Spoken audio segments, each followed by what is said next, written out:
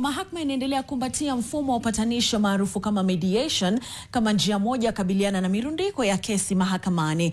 Titus Ominde alipata fursa ya kuzungumza na jaji msimamizi wa Mahakama Kuu ya Eldoret Reuben Nyakundi pamoja na wadau wengine ambao wanasifia mfumo huo kama njia mbadala ya kuleta haki badala maarufu ADR.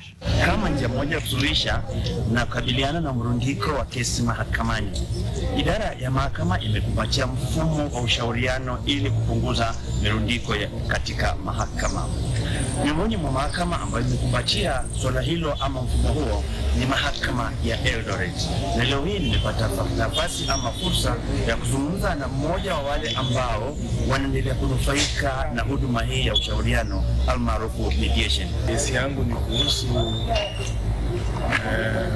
neiba wangu ambaye aliniusia shamba, tukasosana kwa ajili ya kutaka hakufurahia vile nilipata hiyo shamba, na kwa hivyo akaanza kunipomolea mpaka ikawa ni criminal case. Kufika kotini, koti ikaonelea kwamba kwa sababu wewe ni neiba wangu, ingekuwa ni vema tusuluhishe hiyo kesi kupitia mediation. Ni njia mzuri sana ya kuleta uhusiano katika jamii na kurudisha rasilimali ambaye zimekuwa mahakamani back to the economy.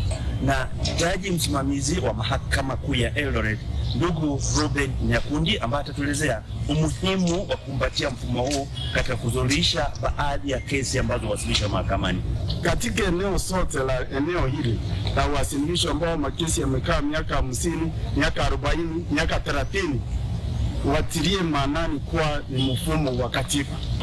Nikiripotia NTV mashinani katika Mahakama Kuu ya Eldoret, mimi ni Titus Ominde.